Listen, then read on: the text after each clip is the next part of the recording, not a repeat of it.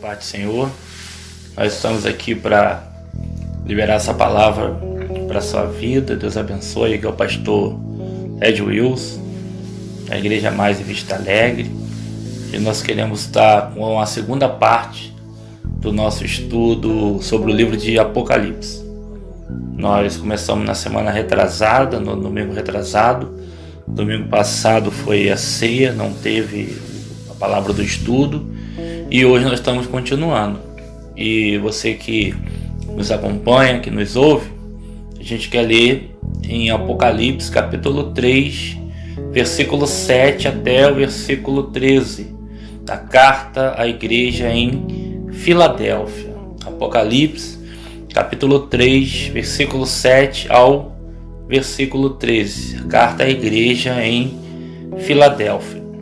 Ao anjo da igreja em Filadélfia escreve: essas coisas diz o santo, o verdadeiro, aquele que tem a chave de Davi, que abre e ninguém fecha, e que fecha e ninguém abre. Conheço as tuas obras, eis que tenho posto diante de ti uma porta aberta, a qual ninguém pode fechar. Tens pouca força, entretanto guardaste a minha palavra e não negaste o meu nome.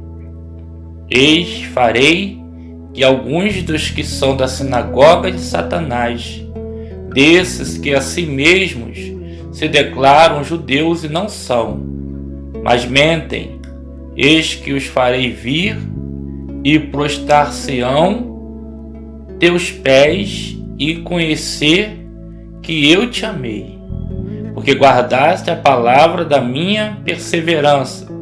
Também eu te guardarei de horas difíceis e de provações, que há de vir sobre o mundo inteiro, para experimentar os que habitam sobre a terra.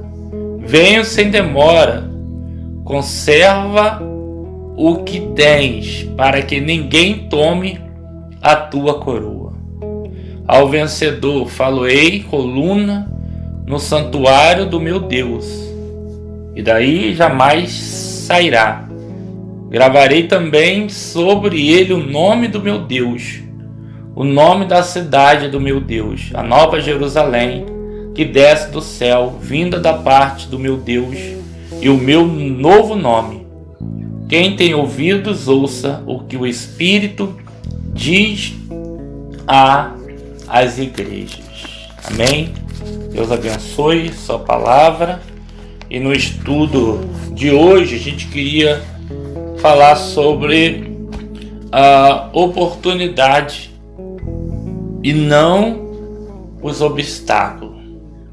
Que possamos olhar para as oportunidades e não olharmos para os obstáculos. Sempre se levantarão os obstáculos, mas em todo obstáculo existe uma oportunidade de Deus na nossa vida. Filadélfia, ela era a mais nova das 7 cidades, da qual o livro ele traz essa palavra. A cidade estava situada no lugar estratégico, na principal rota do correio imperial de Roma para o Oriente. A cidade era chamada Porta do Oriente. A cidade estava cercada de muitas oportunidades. Hoje o nosso estudo fala sobre as oportunidades. Em meio a tantos obstáculos, Deus sempre vai mostrar uma oportunidade. A cidade ela era conhecida como a cidade dos terremotos. Tremores de terra eram frequentes, e esses tremores tinham levado muitos habitantes a deixar a cidade em busca de um lugar mais seguro. Então o povo deixava aquela cidade para buscar um lugar mais seguro. Jesus, ele não só conhece a igreja, ele também conhece a cidade onde a igreja está inserido. Então eu queria te dizer isso. Jesus não apenas conhece a igreja, mas ele também conhece a cidade onde a igreja ela está inserida. Naquele contexto, o Senhor conhece, o Senhor sabe. Ele conhece não apenas a igreja, mas o local aonde a cidade aonde a igreja está inserida. A mensagem de Jesus, a igreja, ela é contextualizada. Jesus conhecia a igreja e a cidade. Ele fazia uma leitura das escrituras e também a leitura do povo.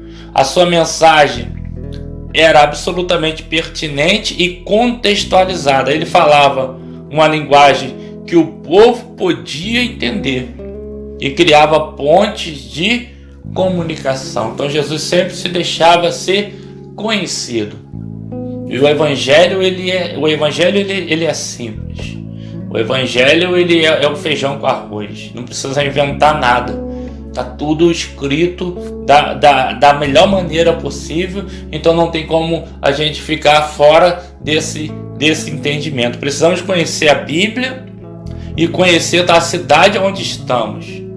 Precisamos conhecer a mensagem e conhecer o povo para quem pregamos, para quem ministramos. Precisamos interpretar as escrituras e a congregação da qual participamos. As estratégias que são boas para uma cidade podem não ser pertinentes para outra. Os métodos usados no bairro podem não ser adequados para outro bairro. Precisamos ousar mudar os métodos sem mudar o conteúdo do evangelho. Ou seja, os métodos são variados, mas o conteúdo tem que ser preservado. Você vai evangelizar com louvor, você vai evangelizar com esporte, você vai evangelizar com qual ferramenta? Então, as ferramentas são variadas, mas o conteúdo não pode ser tocado.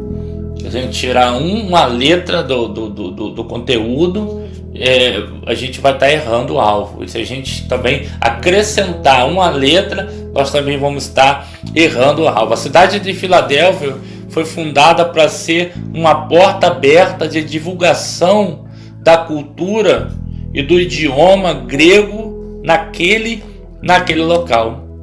A razão por que a porta permanece aberta diante da igreja é que sua chave está na mão de Cristo. Queria repetir essa frase. A razão por que a porta permanece aberta diante da igreja é que sua chave está na mão de Cristo. Nesse momento aí de pandemia, as portas estão fechadas, mas a porta espiritual ela está aberta. Por quê? Porque essa chave quem tem é Cristo. E a gente sabe que ele abriu essa porta e ninguém pode fechar essa porta. Ele tem na mão a chave e ele coloca diante da nossa vida uma porta aberta. Ah, mas o salão está fechado. O salão está fechado por um tempo, mas a porta do nosso coração ela está aberta. A porta da salvação ela está aberta. A porta da evangelização ela está aberta. E essa chave está com quem? Está com Cristo. E quem manda na igreja é Cristo. Ele que tem todo o poder. Ele diz: é-me dado todo o poder no céu e na terra, portanto ide. Então ele nos dá essa cobertura. A cidade de Filadélfia era castigada por vários terremotos. E as pessoas viviam assustadas pela instabilidade. Existiam muitos terremotos, grandes tremores de terra na cidade de Filadélfia. Muitos viviam em tendas fora da cidade. Parede rachada, desabamento, eram coisas comuns na cidade. Era uma região perigosamente vulcânica. Mas para a igreja assustada com os abalos, Jesus diz, Apocalipse, capítulo 3, versículo 12: ao vencedor faloei coluna no santuário do meu Deus, e daí jamais sairá. A cidade fora batizada com um novo nome depois de sua reconstrução. Por volta do ano 90 depois de Cristo, com a ajuda imperial, Filadélfia tinha sido completamente reconstruída. Em gratidão, passaram o nome da cidade para Neo-Cesareia, a nova cidade de César.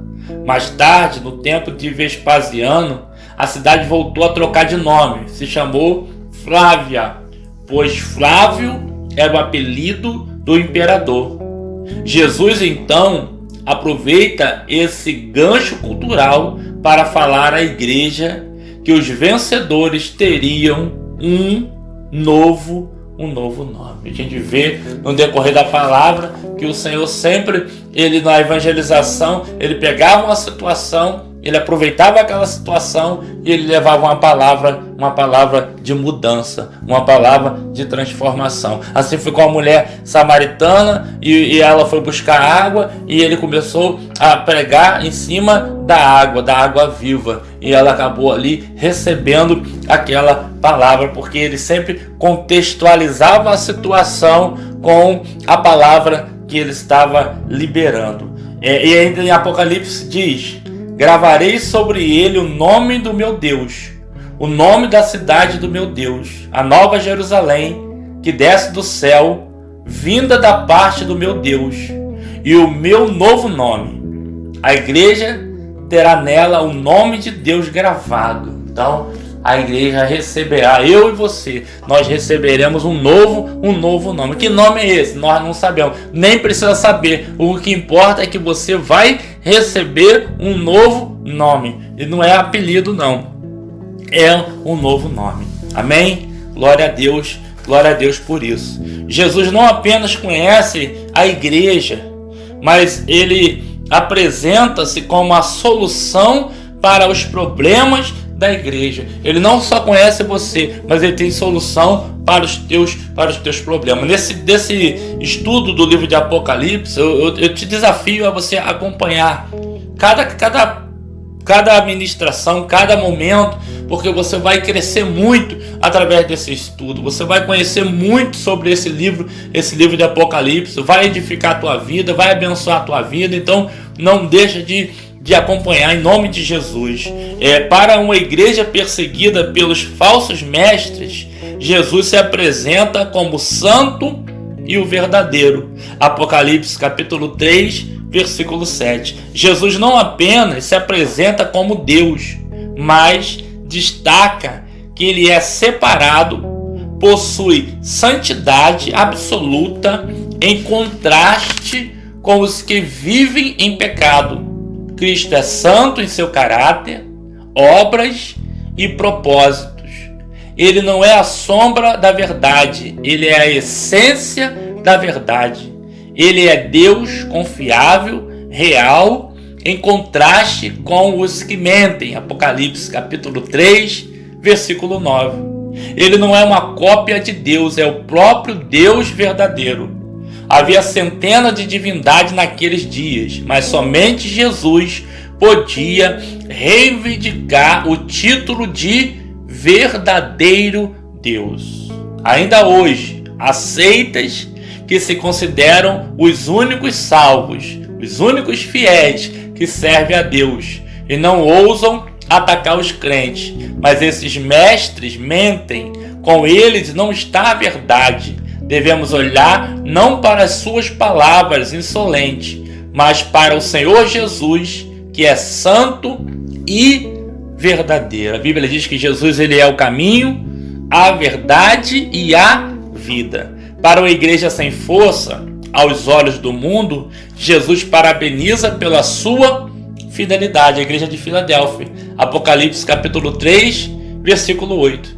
A igreja tem pouca força, talvez por ser pequena, talvez por ser formada de crentes pobres e escravos. Era o caso da igreja de Filadélfia, uma igreja pequena, uma igreja formada por escravo, talvez por não ter influência política e social na cidade, mas ela tem guardado a palavra de Cristo e não tem negado o seu nome. Não importa o tamanho da sua igreja, aonde você congrega, aonde você cultua o Senhor. Mas eu queria que a minha igreja fosse grande. A igreja, ela é o corpo de Cristo, e se ela guarda a palavra, o Senhor vai guardar também a sua vida. O Senhor vai honrar o seu propósito aonde ela estiver, seja no bairro, seja na cidade, seja no estado onde ela está, na nação onde ela está. Deus vai honrar essa igreja, independente do tamanho. E eu sempre tenho falado isso. Não existe igreja pequena, não existe igreja grande. Existe a igreja do Senhor Jesus Cristo, aquela que guarda a palavra do Senhor. E essa Deus vai honrar.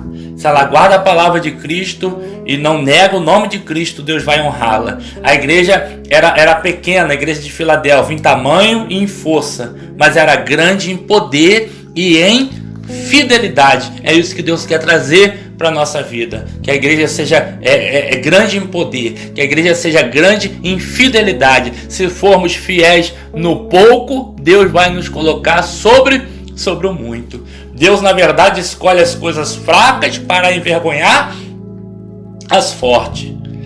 Sardes, a igreja também, onde é escrito a carta de Apocalipse, ela tinha nome, ela tinha fama, mas não tinha vida. Filadélfia não tinha fama, mas tinha vida e poder. A igreja tinha pouca força, mas Jesus colocou diante dela uma porta aberta que ninguém podia fechar. A igreja podia ser fraca em quantidade, mas seu Deus é o Deus Todo-Poderoso. A nossa força não vem de fora, a nossa força vem do alto. Para uma igreja perseguida e odiada pelo mundo, no caso a igreja de Filadélfia, Jesus diz que ela é a sua igreja amada. Apocalipse capítulo 3, versículo de número 9. Nós somos o povo amado de Deus. Nós somos o rebanho de Deus. Nós somos a vinha de Deus. Nós somos a noiva de Deus.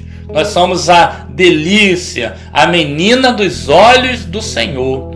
Para uma igreja que guardou a palavra de Cristo nas provações, a igreja de Filadélfia, ela guardou as palavras de Cristo na provação, nas privações, ela guardou a palavra do Senhor. Então, nesse momento, igreja, vamos guardar a palavra do Senhor, vamos sustentar a palavra do Senhor, porque essa é a certeza da nossa vitória.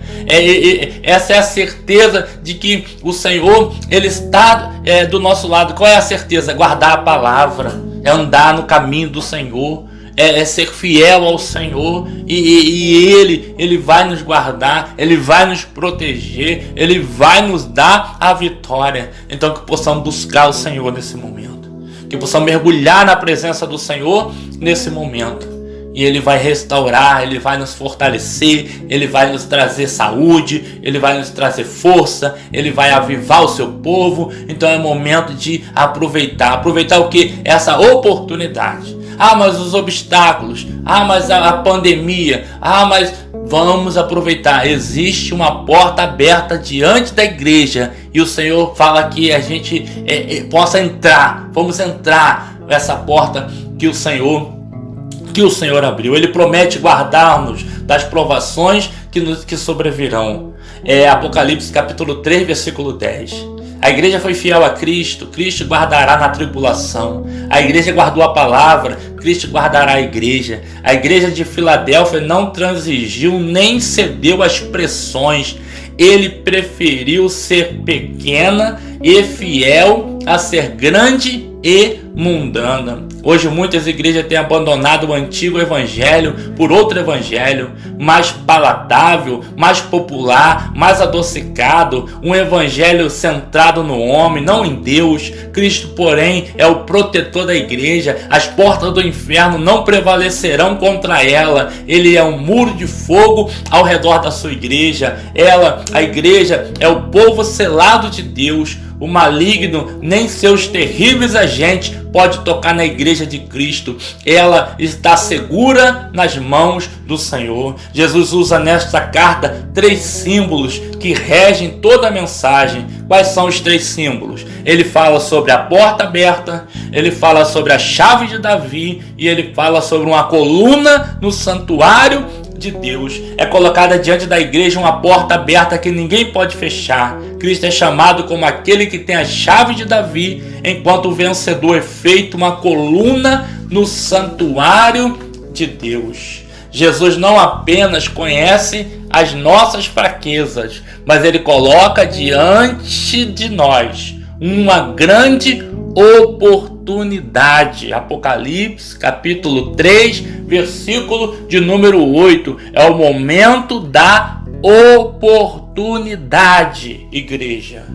A primeira oportunidade é a oportunidade da salvação.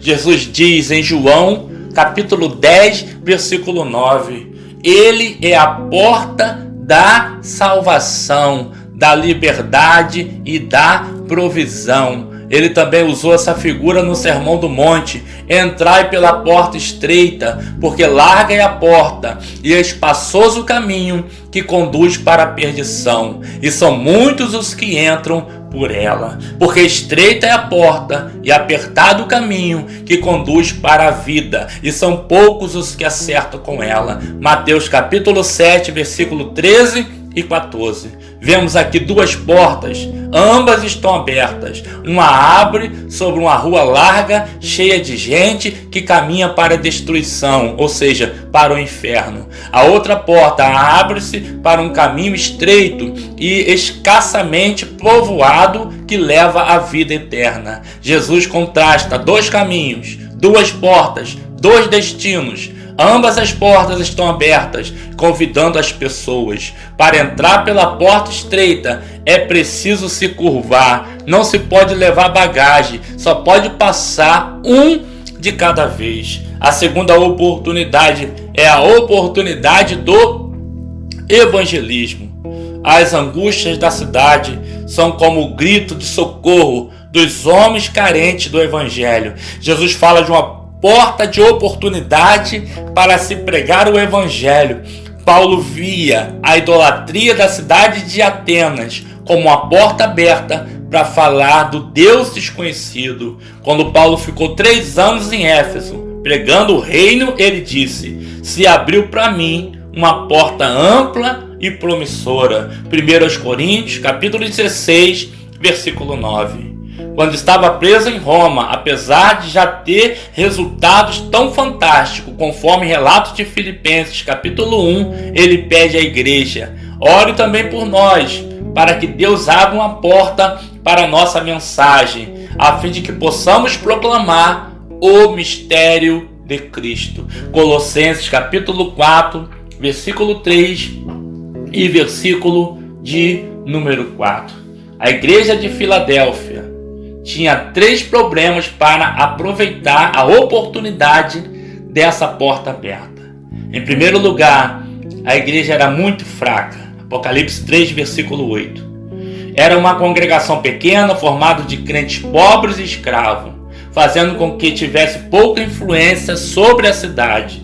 Mas isso não devia detê-la no evangelismo. Em segundo lugar, havia oposição à igreja na cidade. Apocalipse 3, versículo 9. Os judeus, chamados por Jesus sinagoga de Satanás, perseguiram a igreja. No começo, os crentes começaram a recuar. Então Cristo disse para a igreja: eu coloquei diante de vocês uma porta aberta que ninguém pode fechar. Aquele que hoje os perseguem virão a se prostrar diante de vocês e saberão que eu os amei. Em terceiro lugar, a ameaça de futura tribulação. Apocalipse capítulo 3, versículo 10. Seria aquele momento apropriado para evangelismo? Não seria um tempo para recolher-se e manter-se seguro em vez de avançar? Cristo diz não. Ele promete guardar a igreja e a encoraja a cruzar a porta aberta sem medo. Não basta ser uma igreja que guarda a palavra. É preciso proclamar a palavra. Não basta não negar o nome de Cristo. é preciso anunciá-lo. Não basta ser uma igreja ortodoxa, é preciso ser uma igreja missionária. Assim como a cidade tinha uma missão, ser a missionária da cultura grega, a igreja devia ser a missionária do evangelho. A porta estava aberta, a porta está aberta. Precisamos aproveitar as oportunidades enquanto é dia. Precisamos aproveitar a oportunidade enquanto é dia. Aproveite essa oportunidade. O choro pode até durar uma noite, mas a alegria vem pela manhã.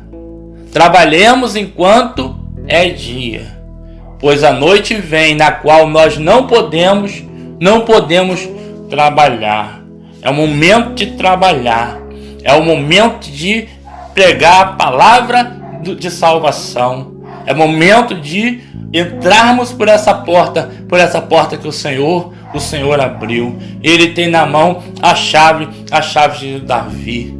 A porta que ele abre, ninguém pode fechar, mas a porta que ele fecha, ninguém pode abrir. E ele coloca diante da sua igreja uma porta aberta, que possamos entrar, possamos aproveitar. Em alguma área da tua vida, uma oportunidade está sendo lançada, em nome de Jesus. Em alguma área da tua vida, o Senhor está direcionando você. Apocalipse, capítulo 3, versículo de número 12. Assim a gente finaliza. Jesus garante que o vencedor será coluna no santuário de Deus.